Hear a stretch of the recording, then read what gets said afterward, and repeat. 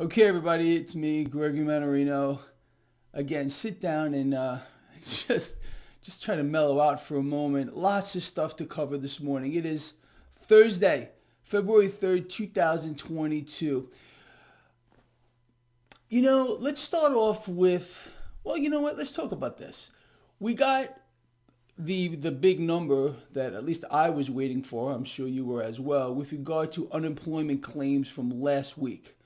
So, how are we looking? How about this? Another 200, I'm laughing, it's pathetic, but another 238,000 people last week applied for first time unemployment claims. I don't mean to make light of anything, and when I kind of joke around and laugh about this stuff, it's just so sick to me. Again, the propaganda ministry, the narrative that our economy is so strong, we're booming, we couldn't be doing any better.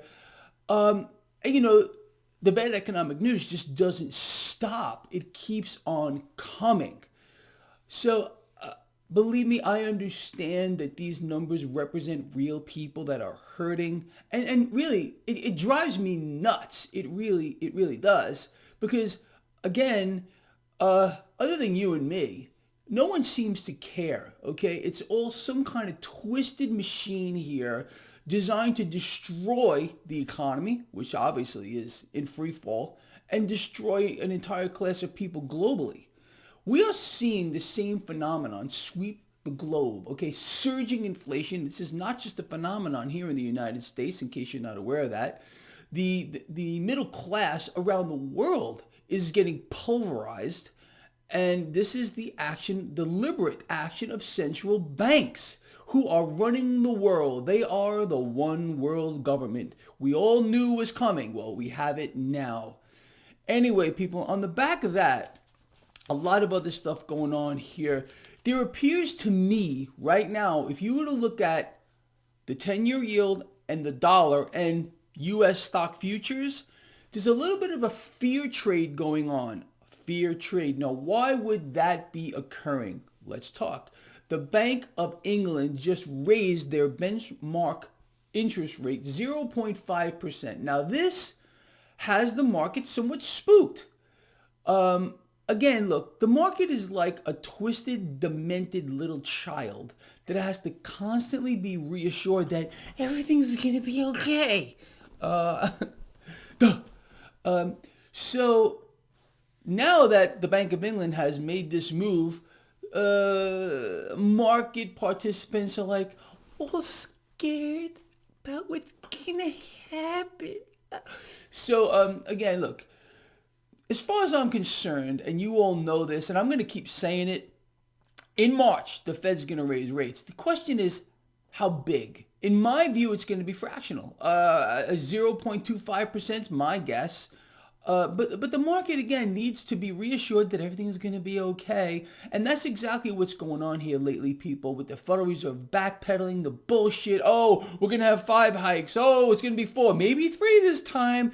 The bad economic news is going to propel the market higher because, again, the market, the demented, twisted child, needs to be reassured that the Fed's going to have the back of the market. In my view, that's exactly what's going to happen because this is nothing more than a wealth transfer effect from one group of people to another, a wipeout of the middle class. You all know that. And that's exactly what is going on here. It's so sick. It really is. It's so sick. And oh yeah, listen to this while we're on the topic. So the European Central Bank made a statement, and I want you to pay attention to this. Again, look, we can't just focus on actions of, let's say, the Fed. Okay, we have to look at the European Central Bank as well. These two entities are really driving the global markets, okay, along with the Bank of England too. But this is a statement here from the European Central Bank. I'm laughing again. Inflation may moderately exceed our goal and be transitory. Where have we heard that before? Does that sound familiar to you? Well, it really should, because those are the exact words of the Federal Reserve. Inflation may moderately exceed our goal. We went from their goal of 2%, now we're over 7%. And transitory, how's that working out? Make it up. Again, look, you can't make this stuff up. Nobody can. It's impossible to do. But people are being fed the buckets of dog shit that I've been telling you for weeks now. They're having their head shoved in it and they're told to eat it. And people are eating it. They're just sitting there eating it day after freaking day, 24 hours a day. Anyway, with regard, going back to the market here, this little fear trade going on. NASDAQ futures are deeper in the red than the others are. And we're not talking about anything major here. A lot of this is Facebook, okay? Facebook had a bad quarter, and for the first time ever, Facebook is losing subscribers. My heart breaks for Facebook. I hate Facebook. I banned myself from Facebook. You know, I got banned from Twitter. They don't like Greg Mannarino. I got banned from LinkedIn. They don't like me either. But I banned myself from Facebook. Yeah, so they're getting hit. It's weighing on the tech sector right now. You know, again, while we're on the topic of what's going on with central banks, I'm going to say this again too. And I really want you to think about what I'm going to say. Right now, and I said this before the last FOMC meeting on monetary policy, the bond market here has priced in a rate hike. If you were to look at the 10-year yield right now, there's a little fear trade going on. It's 1.82. We have a little nudge higher in the relative strength of the dollar and stock futures lower. That's a clear fear trade to me. Fear because of what the Fed may do. The big mystery. No, it's not a mystery at all. There's no guesswork for you and me. We know exactly what they're going to do. Well, at least we... All right, look, let me backtrack just a little bit here. And I'm going to say what I've been saying for a while. If the Fed doesn't raise rates in March, watch what happens to the stock market. The stock market is going to... may not crash, may crash. Look, what you and I are focused on is the drivers of the market. You all know that. And I believe, as I believe you do, the debt market here is a hyper bubble. Okay, all it would take is a spark to set that off. It's a time bomb. The debt market is a time bomb, and it's ticking louder and louder and louder. It wouldn't take much, in my view, to set off the time bomb that exists in the debt market, and that will change everything. Again, an implosion in the debt market will melt down the stock market. We're going to get a movement of cash, and I mean an ocean of cash is going to move from the debt market and the stock market into commodities, gold, silver, platinum, palladium, crude oil, other commodities as well, and like I covered yesterday when I talked about cryptocurrencies and the market cap of cryptocurrencies and stuff, it's going to move into cryptocurrencies. So that's my take on how this is going to play out. But again, there's going to be red flags. And the biggest red flag, in my view, and I think yours as well, if you understand what's going on, is an uncontrolled spike in the 10-year yield. We have not seen that. There are no red flags here. Although today, a little bit of a fear trade, but that's not a red flag at all. That's just fear as of what the little twisted child, which is the market, wants to be reassured yet again. And they're going to do that. Watch what happens. They're going to float out Federal Reserve President creatures. Okay, they're creatures. They're going to float them out to try to reassure the market. Could you imagine what this is going to be like just prior to the FOMC meeting in March? Oh, they're going to float out a lot of creatures. I can promise you that. You know, someone brought something to my attention recently, and I want to clarify this. So yesterday, I had asked you to tell me when Greg Mannarino said that you should be buying small cap stocks, and I said, well, never. That's actually not true. Okay, someone brought this to my attention, and they're correct. I had, a while back, recommended one company, ticker CLGUF.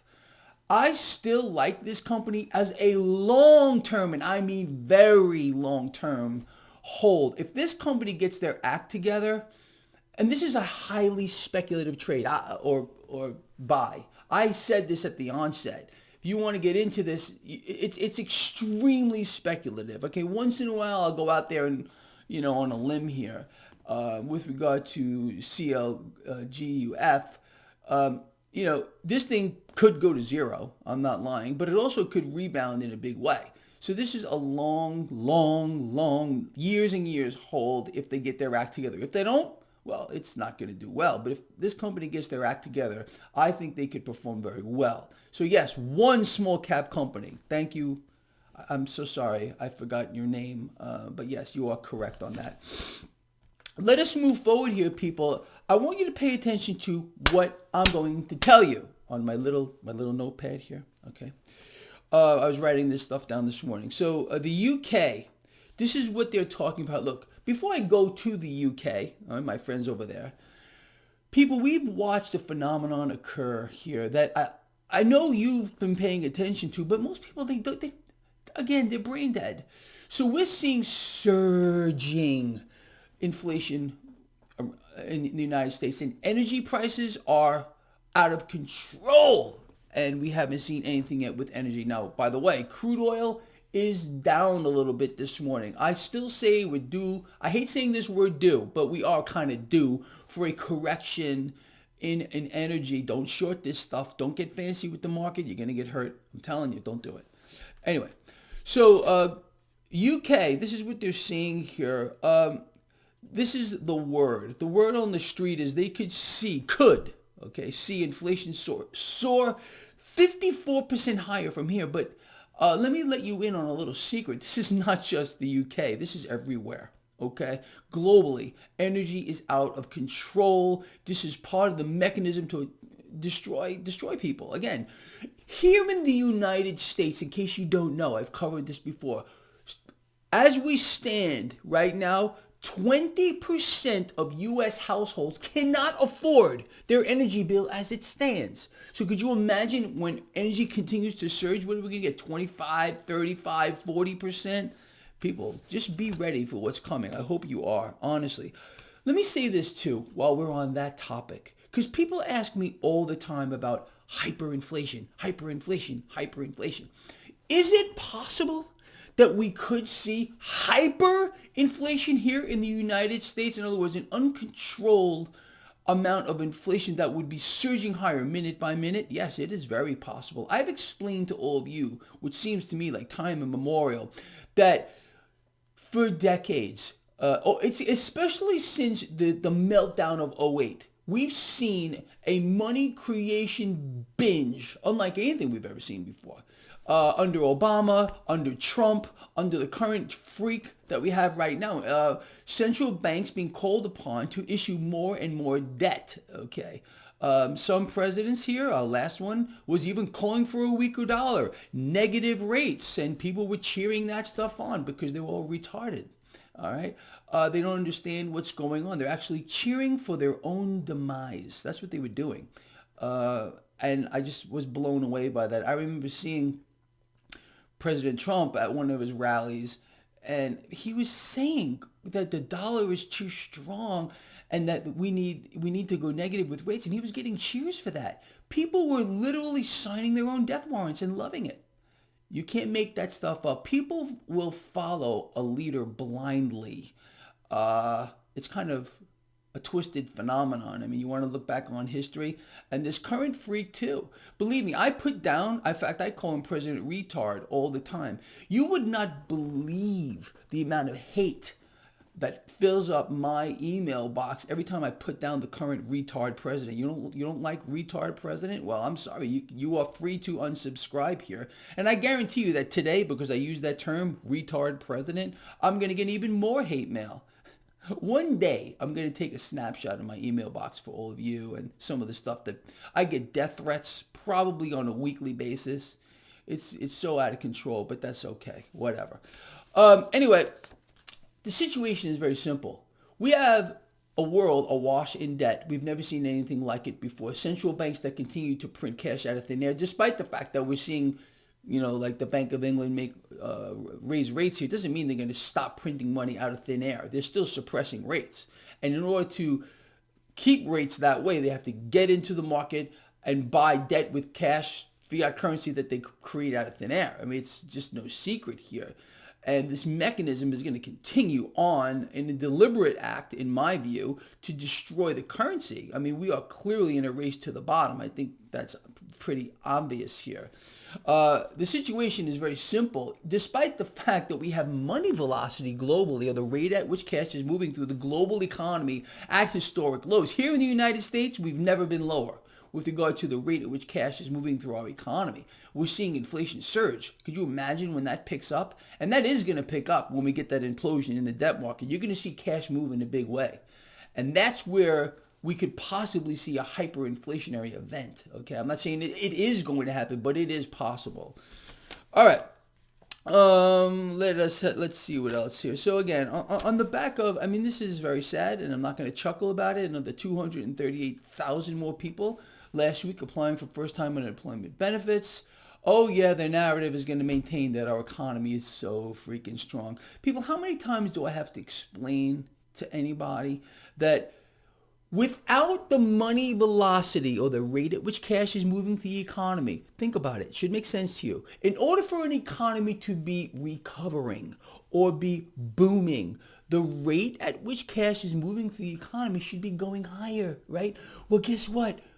That's not happening. We are at historic lows. So whenever you hear, honestly, some imbecile on the mainstream trying to convince you about how strong our economy is, or our retard president or anybody else, just laugh your ass off, because you're being lied to, or get angry about it. Again, look, people get angry at me for a whole bunch of things. They want to direct their anger at Greg Mannarino, a guy who is sincerely trying his hardest to help everybody. But you get angry at me, sure, do it. But maybe you should consider directing your anger in the right spots if you're angry at Gregory Mannarino for something here. But no, that's just the way it is. People are too freaking stupid in aggregate, not you, to understand what's happening to them, and they just allow it. They just throw their hands up and they surrender. They act like the boiling frog. They allow themselves to die. Some of them cheer it on. Oh yeah, weaker dollar, fantastic. Oh yeah, negative rates, let's do that too. Make it up. Make that stuff up. I dare you to do it. All right, people, look, love you a lot. I really, really mean that. And just one more time, a big shout out to those of you who support my work. You are the best. And I really, really love all of you. All of you. See you later. Talk to you later.